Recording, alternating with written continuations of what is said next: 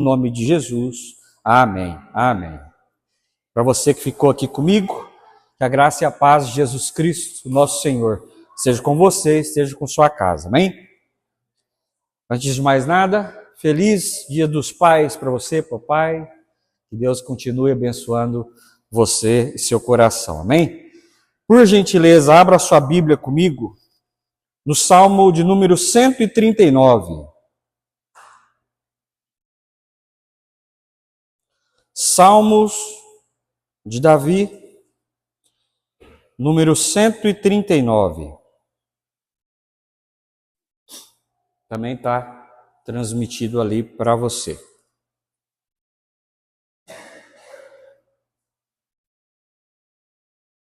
Amém? Diz assim: Senhor, tu me sondas e me conheces. Sabes quando me sento, quando me levanto. De longe percebes os meus pensamentos. Tu conheces a minha jornada e o meu descanso. Todos os meus caminhos são bem conhecidos por ti. Antes mesmo que a palavra me chegue à boca, tu, Senhor, já as conheces por inteiro. Tu me cercas por trás e por diante e põe as tuas mãos sobre mim.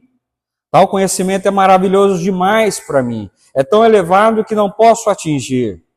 Para onde poderei escapar do teu espírito? Para onde poderia fugir da sua presença? Se ao subir aos céus, lá estás. Se eu fizer minha cama no Sheol, também lá estás. Se eu tomar as asas do alvorada e morar na extremidade do mar, mesmo ali a tua mão me guiará e a tua mão direita me sustentará. Se eu disser, certamente que as trevas me encobrirão e a luz ao meu redor se tornará noite, nem mesmo as trevas serão escuras para ti. A noite brilhará como o dia, pois para ti as trevas são luz. Tu criaste-me no íntimo do meu ser e me teceste no ventre da minha mãe. Eu te louvo porque me fizeste de modo assombroso e admirável. As tuas obras são maravilhosas, sei disso muito bem. Os meus ossos não estavam escondidos de ti, quando eu em secreto fui formado e entristecido nas profundezas da terra. Os teus olhos viram o meu embrião. Todos os dias determinados para mim foram escritos no teu livro, antes mesmo de qualquer um deles existir. Como são preciosos para mim os teus pensamentos, ó Deus! Como é grande a soma deles! Se eu os contasse, seria mais do que grãos de areia. Se terminasse de contá-los, eu ainda estaria contigo. Quem dera matasse os ímpios, ó Deus! Afaste de mim os assassinos. Eles falam de ti com malícia, em vão os teus adversários se rebelam contra ti. Acaso não odeio os que te odeiam, Senhor? Não detesto os que te revoltam contra ti? Os que se revoltam contra ti? Tenho por eles ódio implacável, considero-os meus inimigos. Sonda-me, ó Senhor, e me conheces o meu coração. Prova-me e conhece as minhas inquietações. Vê se há em mim um caminho mau e dirige-me pelo caminho eterno. Até aqui, louvado seja o Senhor pela sua palavra. Feche seus olhos, irmãos.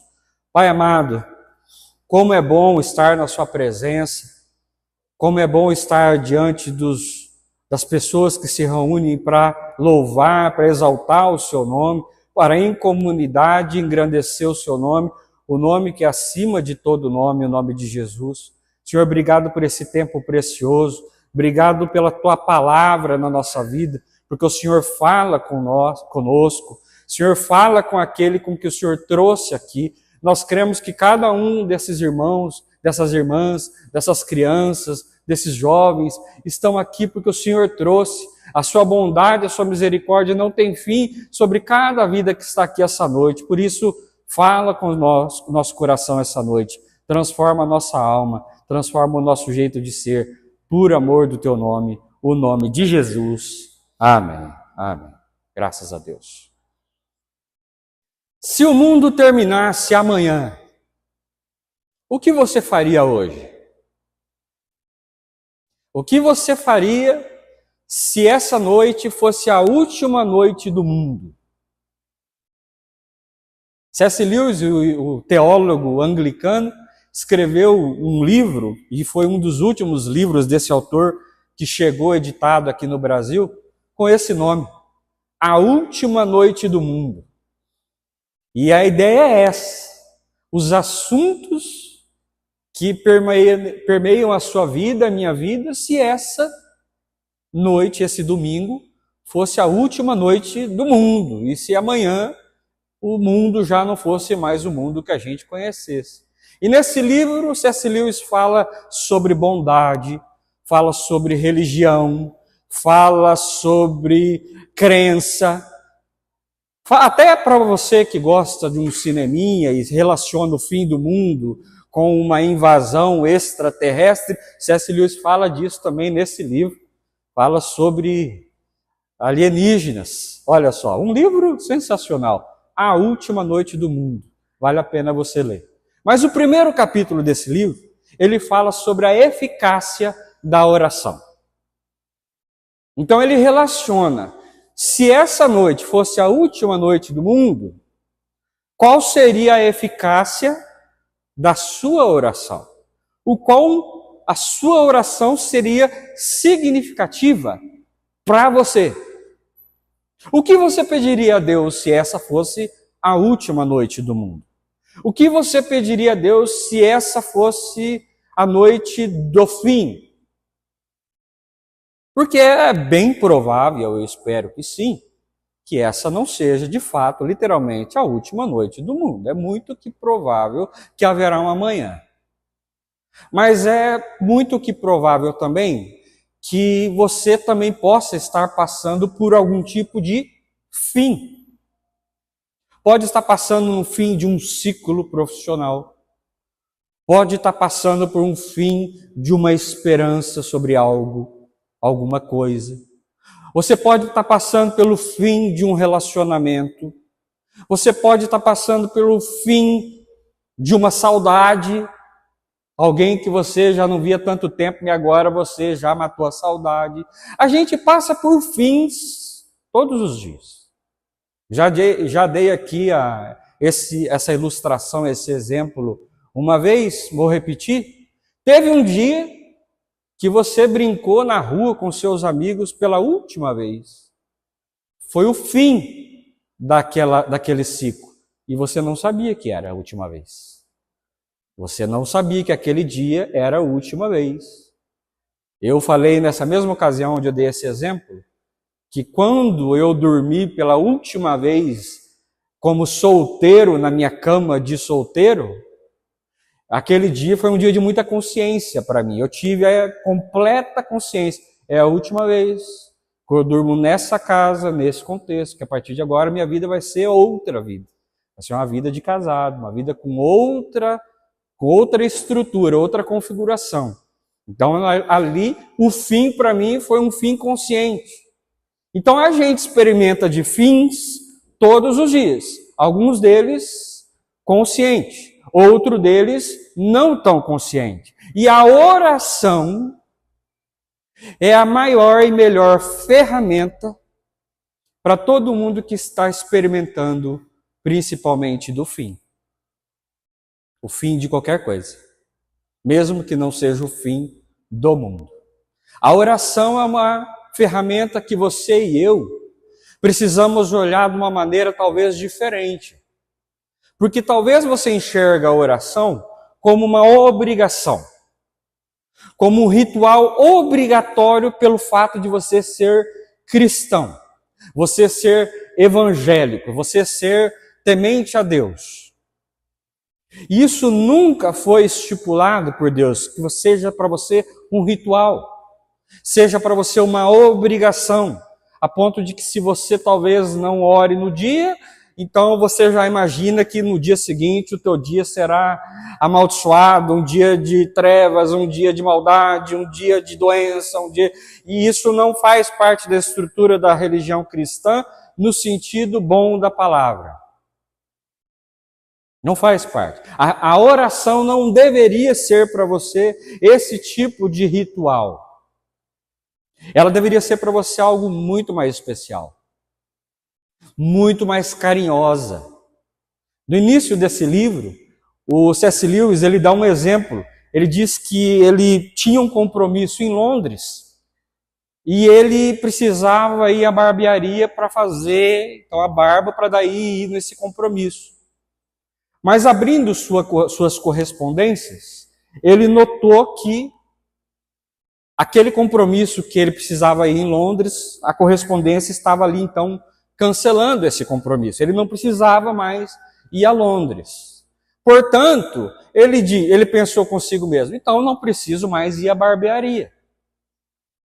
E ele diz que ele começou a sentir uma inquietação do tipo, vá à barbearia mesmo assim. E ele tentou lutar contra essa inquietação, mas essa inquietação aumentava.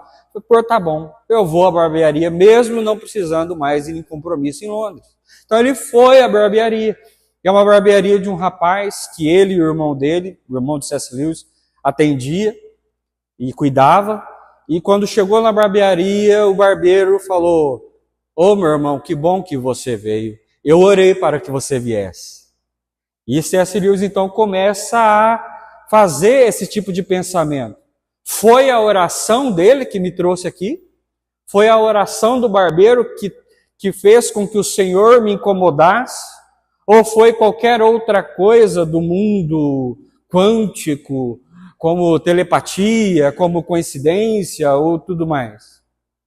Ele deu um outro exemplo, dizendo que ele foi visitar uma senhora que estava com câncer no fêmur, já estava praticamente todo o osso da sua perna destruído e já estava indo para outras partes do corpo, aquele câncer. E um rapaz foi naquele hospital e ele viu esse rapaz orando pelaquela senhora e um mês depois aquela senhora estava andando por tudo, fazendo suas caminhadas matinais e o osso dela tinha sido restaurado pelo Senhor. Então ele pensou, foi a oração daquele rapaz que causou esse milagre? E espero que sim. Por um outro lado, você e eu já oramos por pessoas queridas na nossa vida, pessoas a qual a gente tinha muito carinho e colocou diante do Senhor pela cura, e a cura simplesmente não veio. Então a oração, naquele caso, ela foi atendida, mas com uma negativa. Então, quais são os segredos da oração? Como funciona a oração? E o salmista, Davi, ao escrever essa oração cantada, esse cântico em formato de oração, ou essa oração em formato de cântico, ele estrutura o salmo, estrutura a sua oração de uma maneira bastante clara, bastante organizada, assim como uma música deve ser organizada, classificada. Então o salmista faz isso com bastante propriedade, de uma maneira muito, muito bonita, e nos ensina a orar. Nos ensina o poder da oração, a expectativa dele com relação àquela oração. O que ele estava passando era muito importante e depositou naquela oração a resposta para o que ele passava. E, por fim, ele coloca o seu coração todo nessa canção ou nessa oração. E isso é muito importante para nós. Porque salmo, eu já falei isso aqui também, vou repetir também. Salmo não serve para nós criarmos doutrina, não é, pastor? Salmo não serve para a gente criar teologia. Salmo serve para muita coisa para nós cristãos. Principalmente no conhecimento do coração do salmista e sua relação com o Pai. Então, nessa estrutura de relação com Deus, o salmista coloca o seu coração para fora. E nesse desabafo em forma de canção e oração, ele fala várias coisas que para nós é riquíssimo, mas não significa que é doutrina, que é mandamento. Então, por exemplo, vou dar um exemplo aqui. O salmista falou há pouco que o Senhor conhece todos os seus dias e todos os dias estão escritos em seus livros. em seu livro de conhecimento sobre a vida. Isso é bonito, isso traz para nós, traz para você esperança, mas com base nesse texto não é teologia. Nós temos outros textos que a gente elabora esse tipo de teologia determinista. Esse não é um deles. Por isso, muitas vezes a gente deixa de fazer, ou se preocupa se faz ou não determinada coisa, determinada função, porque afinal de contas já está escrito mesmo, minha vida está sendo robotizada. Então esse não é um pensamento que nós como igreja favorece. A gente favorece um pensamento que a gente tem que colocar os nossos dias, todos eles, todos os dias, diante do Senhor, para que Ele nos dê condições de fazer escolhas abençoadoras. Não como escolhas já determinadas, mas escolhas conscientes. Senhor, coloca no meu coração aquilo que eu devo fazer, a bondade que eu devo exercer, o mal que eu devo lutar contra. Senhor, coloca no meu coração para que eu haja, para que eu seja um ente atuante da tua vontade, e não como alguém que só cumpre protocolos, afinal de contas está tudo escrito. Entende a diferença? Senhor, coloque em mim aquilo que eu devo fazer. Afinal de contas, o Senhor me deu total condições de realizar escolhas ouvindo o seu Espírito Santo. Essa é a oração do crente. Essa é a oração que eu e você devemos fazer todos os dias, não por obrigação, mas por carinho às coisas do Senhor, carinho com a sua vontade. Então, C.S. Lewis ele traz essas ideias do livro, que conversa muito com o Salmo 139, que fala uma estrutura do versículo 1 ao 6, Deus me conhece. Deus sabe quem eu sou. Do versículo 7 ao 12, Deus está comigo. Do 13 ao 18, Deus me formou.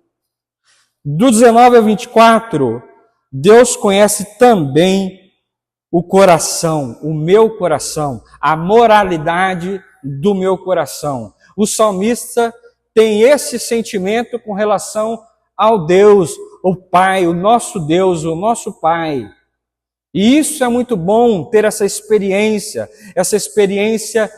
de relação com esse Deus do salmista, dizendo tudo o que Deus conhece, sabe a seu respeito e quer que ele seja formado. Isso fala conosco, principalmente na forma da gente se expressar com esse Deus. Porque quando a gente reconhece quem é Deus, a gente reconhece que Ele conhece os nossos pensamentos, as nossas palavras, Ele conhece o nosso passado, Ele conhece até mesmo o nosso corpo, as nossas motivações. Deus está comigo onde quer que eu vá, e portanto não faz sentido nenhum eu fazer orações fingidas, orações mascaradas, porque Deus conhece todo o meu ser. E não é porque o salmista está falando somente, é porque eu me relaciono com esse Deus e eu tenho a minha experiência de consciência diante de Deus e sei, Ele está comigo, Ele esteve comigo esse tempo todo. Então, é muito correto eu afirmar, irmã, muito correto eu afirmar, irmão, que tem coisa que eu passo de bom, de bênção, que talvez eu não passaria se eu não tivesse orado sobre isso. É muito correto afirmar isso. As nossas orações precisam ter essa certeza. Tem muita coisa que eu deixo de passar num sentido mal, que talvez eu passaria se eu não tivesse orado por aquilo. Eu preciso orar pelos meus dias. Martinho Lutero tinha uma frase interessante que é: eu tenho tanta coisa para fazer hoje que eu não posso orar menos de 2 horas. Entende essa relação? E a gente faz as nossas orações só para dizer que fez. Que lugar, irmão? No carro, no trânsito, na moto. Martinho Lutero vai entender a relação da oração com a sua produtividade do dia, com aquilo que ele precisa fazer diante do Senhor. E a gente precisa também ter esse tipo de relação. Eu não estou falando para você orar 2 horas aqui. Foi só um exemplo. Mas entender o quanto a nossa oração faz sentido no nosso dia. O quanto a nossa oração faz sentido na nossa história, pelo que você está passando. Essa semana eu tive uma semana muito complicada por conta de um assunto muito sério que está acontecendo na minha vida. Envolve uma outra pessoa que fez um determinado mal para comigo. E o Senhor, eu estava praticamente dormindo com essa pessoa, no sentido mental, emocional. Porque eu acordava 3 horas da manhã com aquilo na cabeça. E quando eu estava preparando essa mensagem, eu levo um tempo para preparar as mensagens, não sou muito rápido. Então eu estava preparando essa mensagem e teve um dia, se eu não me engano, foi na quinta-feira, que eu acordei às 3 horas da manhã e Deus, ministrando essa mensagem no meu coração, falou comigo: ora agora e perdoa essa pessoa. Perdoa esse irmão. Porque é uma pessoa que já se declarou a mim, Jesus como Senhor e Salvador, uma pessoa, portanto, cristã, e então ele é da minha conta e não é da tua, o Senhor falando comigo. E eu fiz essa oração. E na hora que eu falei no nome de Jesus, amém, eu dormi. Imediatamente. O Senhor depositou no meu coração a paz que eu precisava, através de uma oração de liberação, de perdoação. E a gente precisa, irmãos, ser conscientes com relação a esse tipo de oração, para que nós não nos tornamos pessoas juízes. Porque no texto, Davi está fazendo uma oração diante de um contexto onde ele era muito criticado, muito apontado. Por isso ele inicia, por isso ele termina: Senhor, me conduza. O Senhor conhece o meu coração. O Senhor conhece o jeito de eu pensar. O Senhor conhece as palavras antes que ela chegue à minha boca. O Senhor já conhece elas. Oração desse homem a respeito dos eventos que ele estava passando. Eventos de guerra, eventos de acusação. E é muito fácil você e eu, irmãos, passar por eventos assim. De guerra, de acusação, de julgamento. E é só numa oração como essa, ou da oração onde você diz para Deus: Senhor, o Senhor sabe que eu não fiz nada de mal. O Senhor conhece o meu coração. O Senhor sabe o que eu quis com determinada situação. Sonda esse meu coração. Conhece esse meu coração. Se apresenta a esse meu coração através desse momento que nós estamos aqui conectados. Enquanto estamos aqui conectados, um simples mortal, um simples ser humano, com aquele que criou todo o cosmos, aquele que criou tudo que existe. C.S. Lewis vai falar aqui nessa parte que eu falei dos alienígenas, ele vai dizer assim: se existe uma vida inteligente fora da Terra, essa vida se dobra a Cristo. Essa vida foi criada por Ele. Porque sem Ele, nada em toda a criação, em todo o cosmos, existiria. E a esse Deus que eu me conecto em oração, entende? É um Deus desse nível, dessa grandeza, que eu me conecto nessa hora sagrada da oração. E não é uma hora, então, portanto, que você é exigido, irmã. Exigido, irmão. Essa é uma hora que deve ser, para você, a hora mais aguardada. A hora onde você se conecta com o dono de tudo que existe.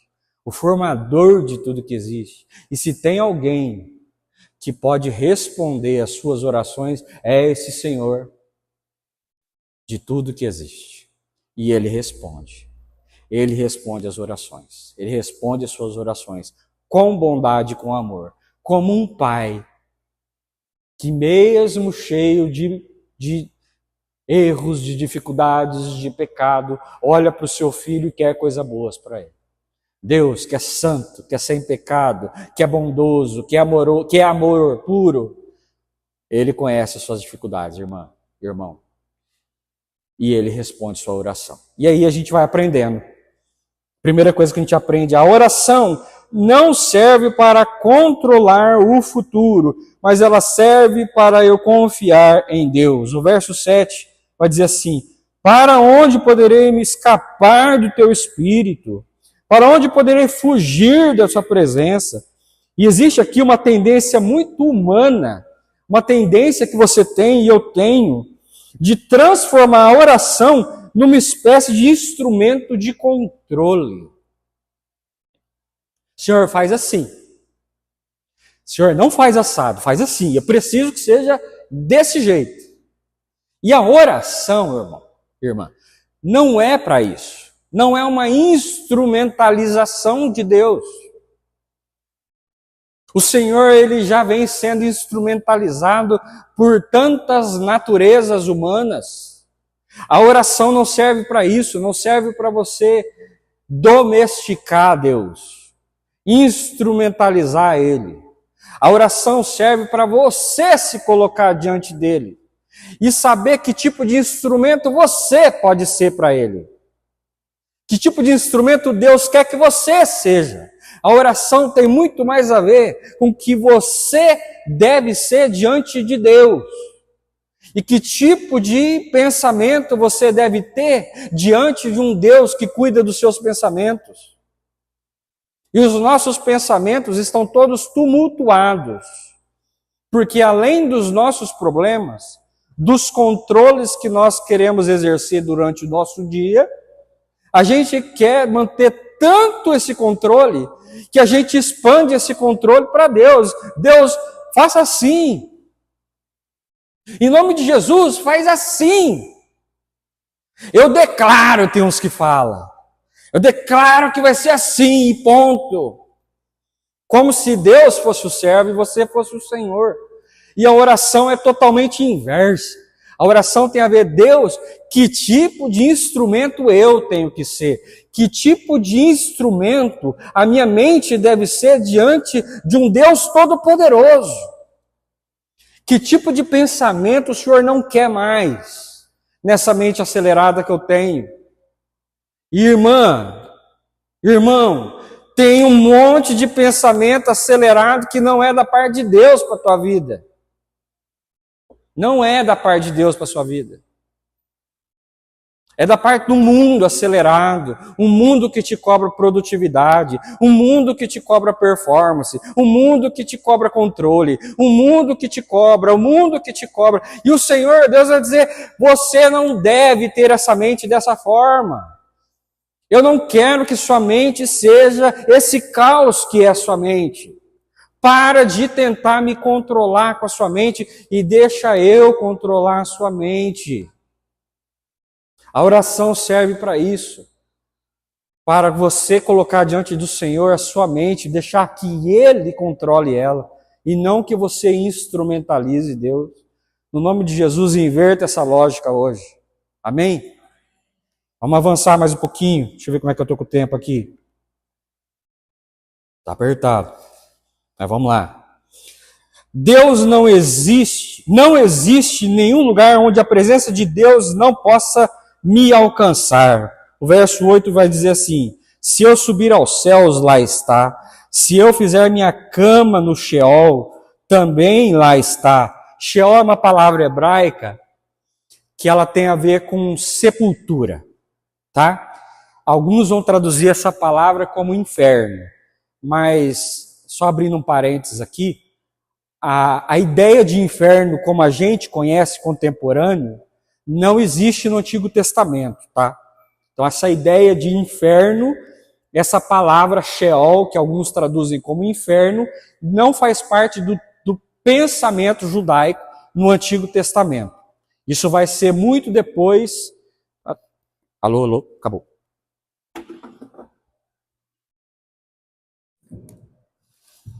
Oi, som.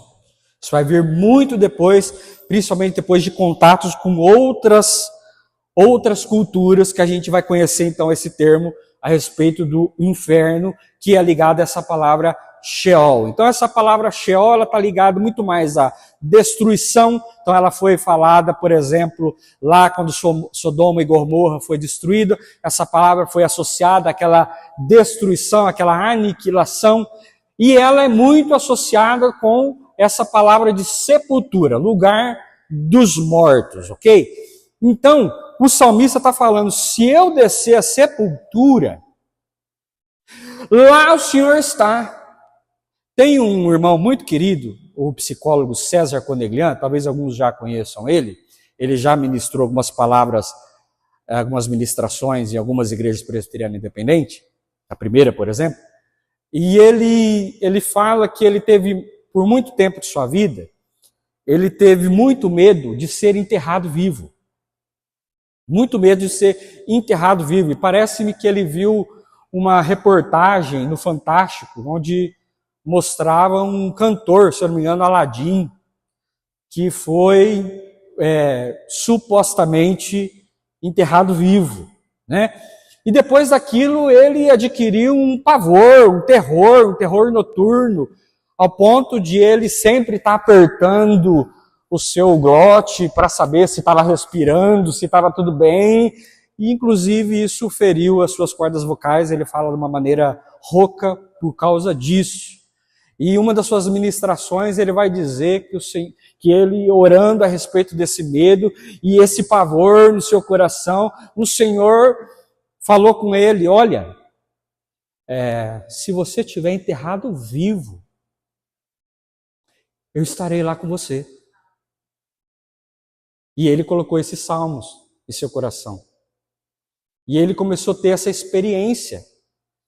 Não me lembro se em sonho, se em visão, enterrado vivo, assim como seu pior medo, só que em paz, porque ali com ele sentia a presença do Senhor. E aí esse medo nunca mais fez parte da vida dele. Aí esse pavor foi embora. Ele foi liberto desse pavor. Por entender que talvez o pior medo que você tenha com Deus não é absolutamente nada. Não significa absolutamente nada que não seja da parte de Deus. O salmista, ele não vai dizer, não haverá noite para aquele que tem ao Senhor, que teme ao Senhor, não haverá noite. Ele vai dizer, diante da noite, ela brilhará como dia. Porque para o Senhor, a escuridão é como a luz do alvorada. Olha que lindo. Diante do dia mau, diante do seu maior medo, diante da sua maior perturbação, ali você pode e deve ter a paz de saber que o Senhor está com você. E é na oração que eu tenho essa experiência de proximidade, de presença, de unidade com esse Espírito do Senhor.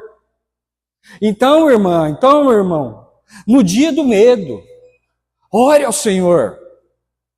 Ore ao Senhor no dia do medo, para que o Senhor faça parte desse dia com você. E essa noite simbolize um dia muito claro por causa da clareza que é a presença de Deus nesse dia mau. O pastor pregou exatamente isso recentemente. A paz no meio da guerra.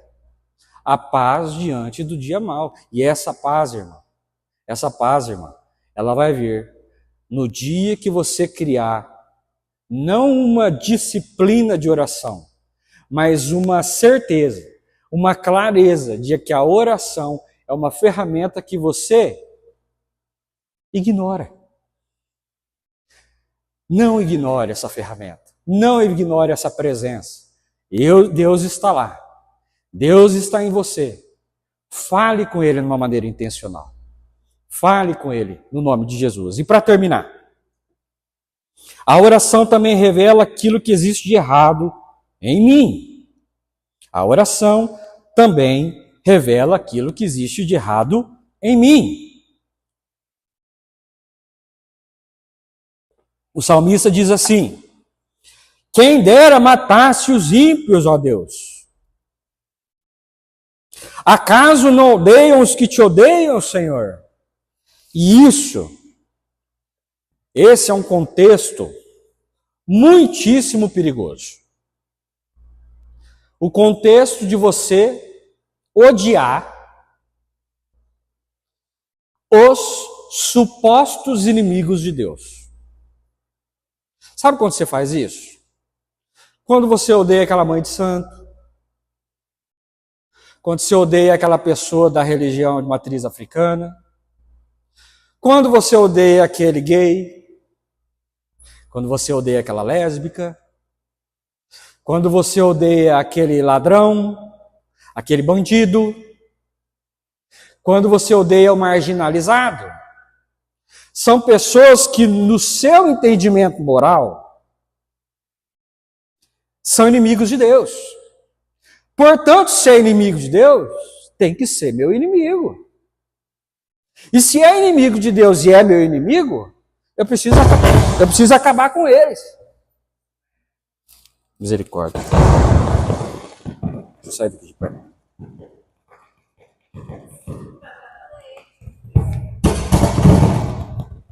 Logo para. Se é inimigo de Deus e é meu inimigo, eu tenho que acabar com ele. Eu tenho que aniquilar ele. Eu tenho que lutar contra ele. Eu tenho que lutar contra aquilo que ele simboliza. Eu tenho que lutar contra aquilo que ele significa, que ele representa. Isso não é cristão, irmão. A oração do salmista é: Senhor, conheça o meu coração. E ele expõe o seu coração ao Senhor. É isso que está acontecendo aqui. Ele expõe ao Senhor que ele odeia. E como é que a gente sabe que esse não é um sentimento que nós devemos teologizar e pegar isso e viver isso como palavra de Deus?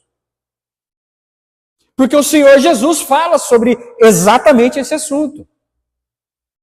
Jesus vai falar exatamente sobre esse tema ao qual o salmista está falando.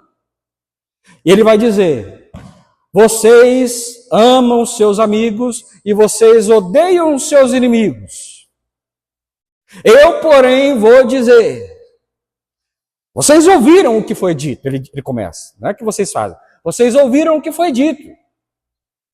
Em Moisés, em Davi. Odeiem os seus inimigos. Eu, porém, vou dizer uma outra coisa, uma coisa contrária. Amem os seus inimigos. Ou seja, amem os meus inimigos.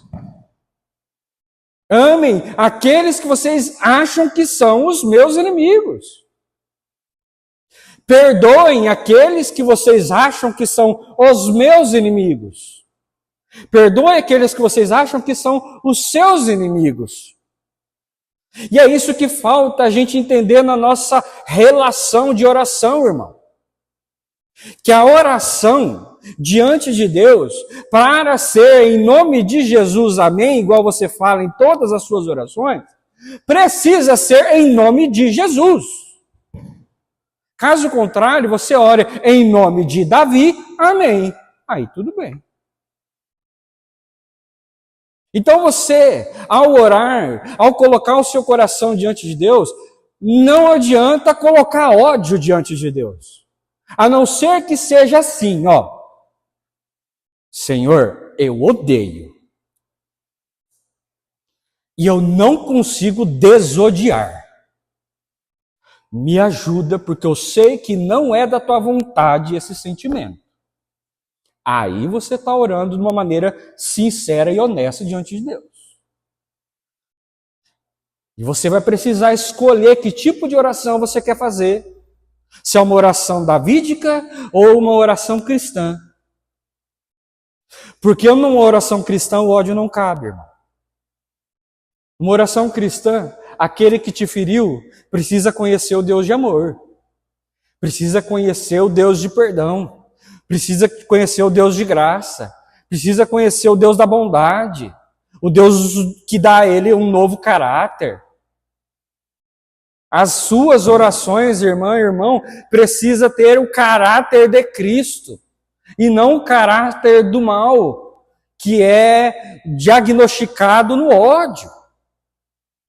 Então, no nome de Jesus, não me abra a Bíblia. Olhe para o Salmo 139, no finalzinho dele, e ore isso do fundo do seu coração, terminando em nome de Jesus, amém. Não faça isso. Você está usando a Bíblia para o mal. A Bíblia não foi escrita para isso. A Bíblia foi escrita para testemunhar a pessoa de Jesus de Nazaré. E a pessoa de Jesus, o Cristo, o Deus no meio de nós, nos ensina a orar, pedindo perdão, dizendo na sua oração, diga que perdoa e perdoe. Porque se você não perdoar, o Senhor Jesus vai dizer, os seus pedidos de perdão também não serão ouvidos diante do Pai. Se você não perdoa, você não é perdoado, irmão. E se você estereotipa o ódio nas suas orações, você não está orando no nome de Jesus, porque Jesus diz para você não estereotipar o ódio. Pelo contrário, você estereotipar o amor.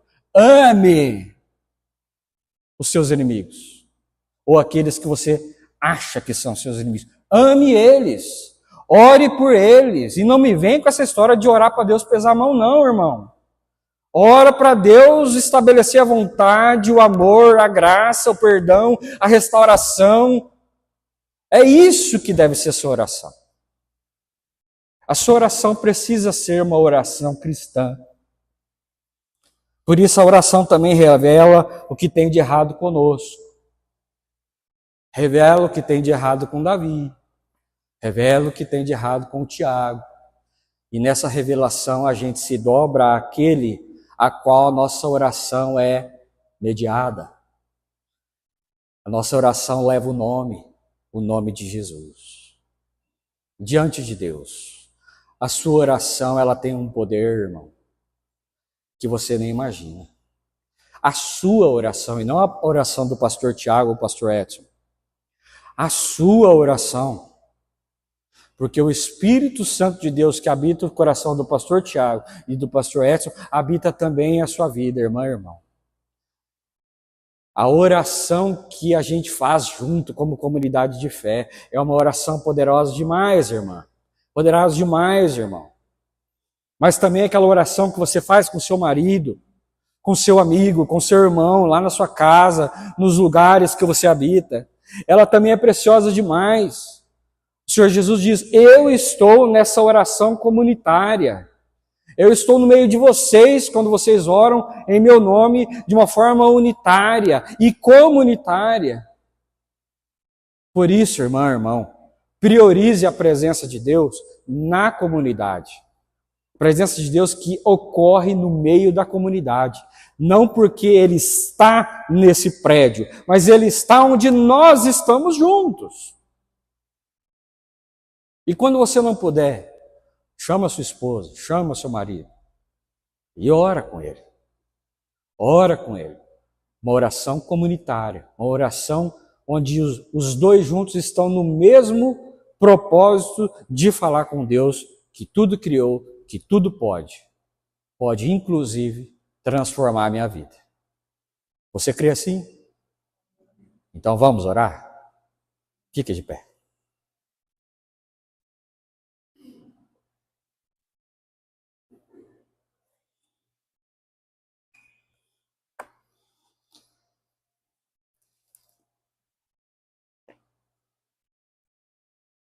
Senhor, sonda o nosso coração e vê se há nele algum caminho mau. E havendo um caminho mau, Senhor, nos mostra um caminho de bondade, caminho de eternidade. Não permita que o nosso caminho mau seja persistente, persistido, perene, No nome de Jesus, não permita que os nossos passos rumo à maldade seja a expressão da nossa oração ao Senhor. Pelo contrário, Senhor, transforma todo ódio, ódio contra irmãos, ódio contra parentes, ódio contra amigos, ódio por motivos quaisquer, ódios por motivos a qual, Senhor, agora tanto se intensificará com relação, Senhor, às eleições. Não permita que nenhum ódio prevaleça, Senhor, diante do teu amor. Não permita com que nossas relações sejam desfeitas, nossos corações sejam afastados de entes queridos que não são nossos inimigos. Não permita, Senhor, com que os nossos corações sejam afastados da tua presença por causa do afastamento que existe nos nossos corações. Pelo contrário, traga os nossos corações, Senhor, próximos do Senhor. Traga as nossas vidas, o nosso jeito de pensar, próximo ao jeito de pensar do próprio Cristo, Deus. No nome de Jesus, estabeleça a sua vontade na terra, estabeleça a sua vontade na nossa nação, estabeleça a sua vontade na nossa família, estabeleça a sua vontade na nossa igreja. Senhor, estabeleça a sua vontade, porque a sua vontade é boa, e nós não queremos instrumentalizar a tua vontade, nós queremos fazer a tua vontade, nós queremos viver a tua vontade, queremos ser satisfeitos na sua vontade, Senhor. E por isso, Deus, tira de nós todo medo, tira de nós toda ansiedade, todo jeito de pensar que tumultua a nossa mente, as nossas emoções. Senhor, vai liberando as nossas mentes agora no nome de Jesus, vai tirando da nossa mente agora no nome de Jesus todo o peso, tudo aquilo que faz de nós cansados, oprimidos pelo dia, oprimidos pelos compromissos, oprimidos, Senhor, pelo viver. O nosso viver deve ser leve, a nossa vida, Senhor, deve ser leve, porque nós temos o Senhor Jesus do nosso lado, o Deus que quer a nossa vida montada, estruturada diante dele. Por isso, Senhor, ouve a nossa oração de entrega, entrega da nossa mente, entrega das nossas emoções, entrega dos nossos medos. O Senhor está conosco, mesmo se os nossos medos aconteçam. Senhor, no nome de Jesus, mesmo que o medo que eu tenho, que me tira o sono, possa acontecer, eu sei que o Senhor comigo está, e esse dia não vai ser o meu fim. Não será o meu fim, porque o Senhor está comigo. É o Senhor quem é o meu Pai. O Senhor é o meu Pai. O Deus Todo-Poderoso, Criador de toda a existência, é o meu Pai. É o Pai desse irmão, é o Pai dessa irmã. E esse Pai amoroso que não vai nos deixar faltar nada. Porque até aqui não tem nos faltado, porque o Senhor é o nosso Pai.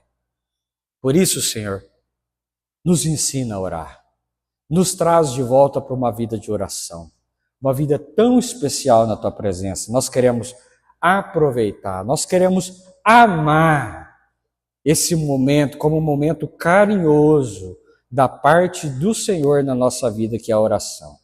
Coloca isso, esse nosso jeito de sentir e pensar ao seu respeito e da relação que temos com o Senhor através da oração, nos nossos corações, o coração da Tua igreja. No nome de Jesus.